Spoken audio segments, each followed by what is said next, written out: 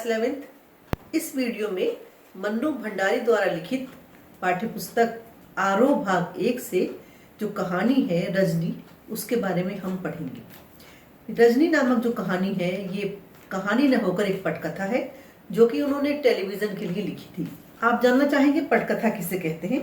पटकथा स्क्रीन के लिए या टेलीविज़न के लिए लिखने जाने वाली कहानी कहलाती है। जिस तरह से नाटक खेले जाते हैं मंच पर, उसी तरह से फिल्म बनाने के लिए या धारावाहिक बनाने के लिए टेलीविज़न के लिए जो कहानी को लिखते हैं उसे पटकथा कहा जाता है।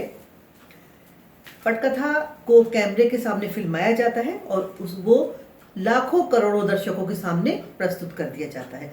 ये कहना चाहिए जिस प्रकार से फिल्म से बहुत सारे लोग जुड़ जाते हैं, बहुत सारे दर्शकों तक उसमें जो भी संदेश दिया जाता है वो पहुंच जाता है, उसी प्रकार से जो पटकथा है वो जब धारावाहिक बन जाता है और लोगों के सामने आता है तो बहुत सारे लोग उससे जुड़ जाते हैं। 1990 में रजनी नामक एक सीरियल टीवी पर आया करता था। ये बहुत ही चर्चित सीरियल था जिसमें कोई ना कोई प्रॉब्लम रजनी नाम का कैरेक्टर उठाता था और उसका समाधान भी किया करता था। उसी धारावाहिक की एक कड़ी यहाँ पर है जो आपके लिए दी जा रही है, जिसमें शिक्षा संबंधी समस्याओं को उठाया गया है। इसके 7 दृश्य यहाँ पर दिए गए हैं जिनको मैं आपको अलग अलग करके बताऊंगी। जहाँ से ये शुरू होता है वहाँ पर लीला और रजनी दो दोस्त हैं जो आस पास रहती हैं। लीला का बेटा अमित है जिसका रिजल्ट आने वाला है। रजनी रिजल्ट देखने के लिए अपनी दोस्त लीला के यहाँ गई है।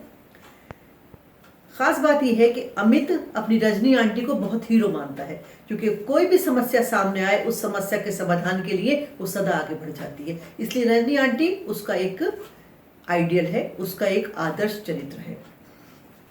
बच्चों, मैं आपको एक बात यहाँ और बताना चाहती हूँ। ये रजनी नाम का जो कैरेक्टर था, ये रजनी नाम का जो पात्र था, वो प्रिया तेंदुलकर ने प्ले किया था, जो अब इस संसार में नहीं रही है। बहुत ही अच्छी एक्टर थी।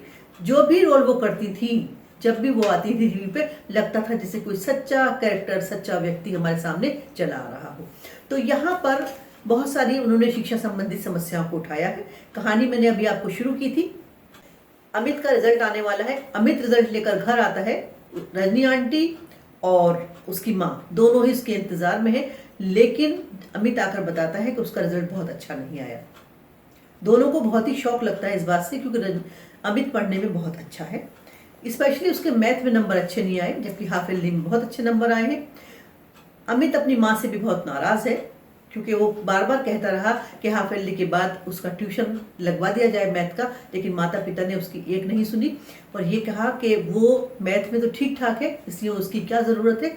इंग्लिश ग्रामर में थोड़ा वो कमज़ोर था, इसलिए इंग्लिश का ट्यूशन उन्होंने लगवा दिया। लीला ये बात कहती भी है साथ में कि 2-2 ट्यूशन लगाना उनके लिए संभव नहीं था, एक उन्होंने लगवा दिया।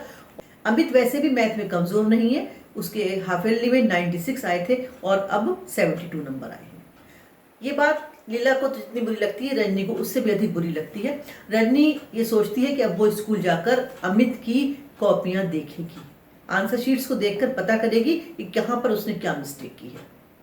लीला रजनी को बताती है कि जिस दिन मैथ का पेपर था उसी दिन शाम को अमित के फादर ने पूरा पेपर दोबारा सॉल्व करवाया था और वो सोच रहे थे कि इसका पेपर ठीक ठाक हुआ है, 2-4 सिली मिस्टेक्स कर दी हैं तो इसके नंबर बहुत अच्छे आने चाहिए। रजनी को भी ये बात बहुत बुरी लगती है और वो कहती है कि वो नेक्स्ट डे स्कूल जाएगी और अमित की शीट्स को देखेगी, शीट्स, आंसर शीट्स। अमित कहता है नेक्स्ट डे स्कूल बंद है, तो वो डिसाइड करती है कि नेक्स्ट टू नेक्स्ट डे वो जाएगी और अमित की शीट्स को जरूर देखेगी। Next to next day Amit के साथ रजनी उसके स्कूल जाती है, प्रिंसिपल से मिलती है। बड़ी मुश्किल से उसकी मुलाकात प्रिंसिपल से होती है। वो प्रिंसिपल को बताती है कि अमित लड़का जो 7th क्लास में पढ़ता है, मैथ में नंबर अमित के कम आए हैं, इसलिए वो अमित की मैथ की शीट को देखना चाहती है। प्रिंसिपल साहब बताते हैं कि फाइनल में आंसर शीट शो करने का कोई प्रोविज़न नहीं है, आंसर शीट नहीं दिखाई जाती, इसलिए वो नहीं दिखा सकते। रजनी बहुत जोर देके कहती है कि उसको आंसर शीट देखनी है, क्योंकि अमित जो है वो एक अच्छा लड़का है, होशियार बच्चा है, उसके नंबर कहाँ कम आए हैं वो इस बात को जानना चाहती है। प्रिंसिपल साहब कहते हैं कि ये कोई नियम ही नहीं है कि फाइनल की कॉपियाँ दिखा दी जाएं। इस बात पर रजनी भड़क जाती है और बहुत ही परेशान होती है और नाराज होकर कहती है कि आपके स्कूल में और कौन से नियम माने जा रहे हैं जो इस नियम को ही आप मानने के लिए तैयार नहीं है। प्रिंसिपल बहुत हैरान है कि वो आखिर क्या बात कह रही है। वो बताती है कि स्कूल में बच्चों को ट्यूशन के लिए फोर्स किया जाता है। जो बच्चे ट्यूशन नहीं लेते उनके नंबर कम आ जाते हैं। अमित के साथ भी यही प्रॉब्लम आई है। उसने ट्यूशन नहीं लिया इसलिए उसके नंबर कम हुए। प्रिंसिपल इस बात को मानने को तैयार नहीं है। दोनों में झड़प होने लगती है और रजनी नाराज होकर अपने घर लौट आती है। ये 2 दृश्य हो गए। तीसरा दृश्य है रजनी जब घर लौट कर आती है, उसका पति घर में मौजूद है। रजनी का पति भी उससे कुछ नाराज है क्योंकि दिन में उसने चपरासी को घर में भेजा था किसी फाइल को मंगवाने के लिए, लेकिन घर बंद था इसलिए चपरासी फाइल लेकर नहीं जा सका। रजनी ने इसका जवाब इस तरह से दिया कि अमित का रिजल्ट क्योंकि अच्छा नहीं आया, वो इसलिए स्कूल गई थी।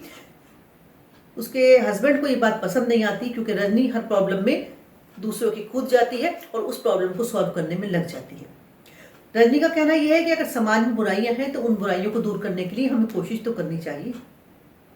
और दूसरा उसका पति से शिकायत यह है कि अगर फाइल मंगवानी थी तो पहले बता के जाते और कहाँ फाइल रखी है ये भी बता के जाना चाहिए था।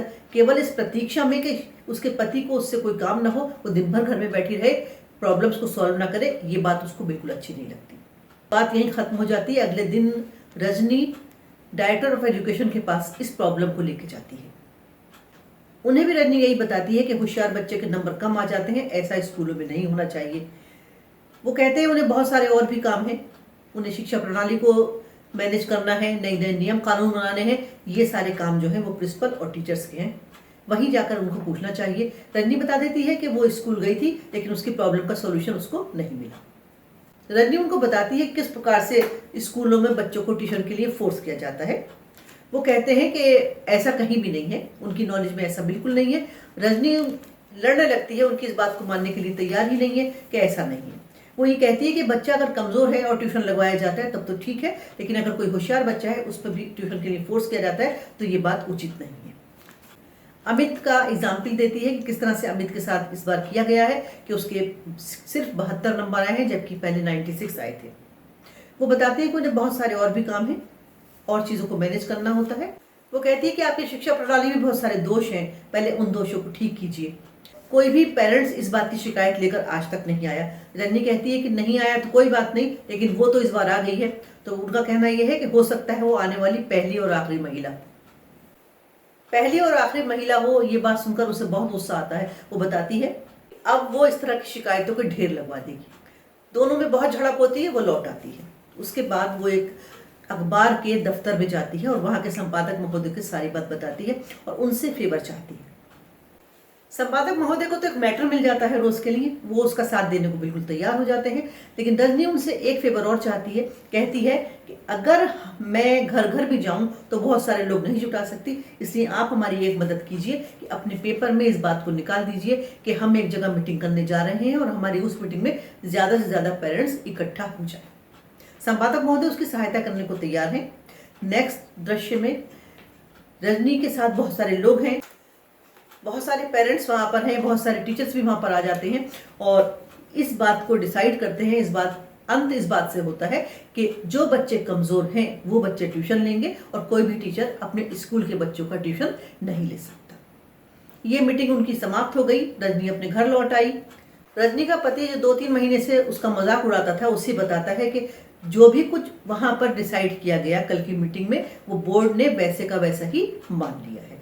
तो इस तरह से ये पूरा जो धारावाहिक का एक अंश था जो आपकी पाठ्य पुस्तक में एक पाठ की तरह दिया है, उसका अंत हो जाता है। ये बहुत ही सफल धारावाहिक की कड़ी थी जिसे बहुत ही पसंद किया गया था। आपको भी बहुत अच्छा लगा होगा। अब धारावाहिक का जमाना इतना नहीं है, लेकिन कभी कभी कोई पुरानी चीज आ जाती है तो जरूर अच्छा लगता है। बहुत ध्यान से लेसन को देख लीजिए। कभी आप चाहें तो नेट पे जाकर रजनी का ये धारावाहिक का हिस्सा देख भी सकते हैं। Thank you.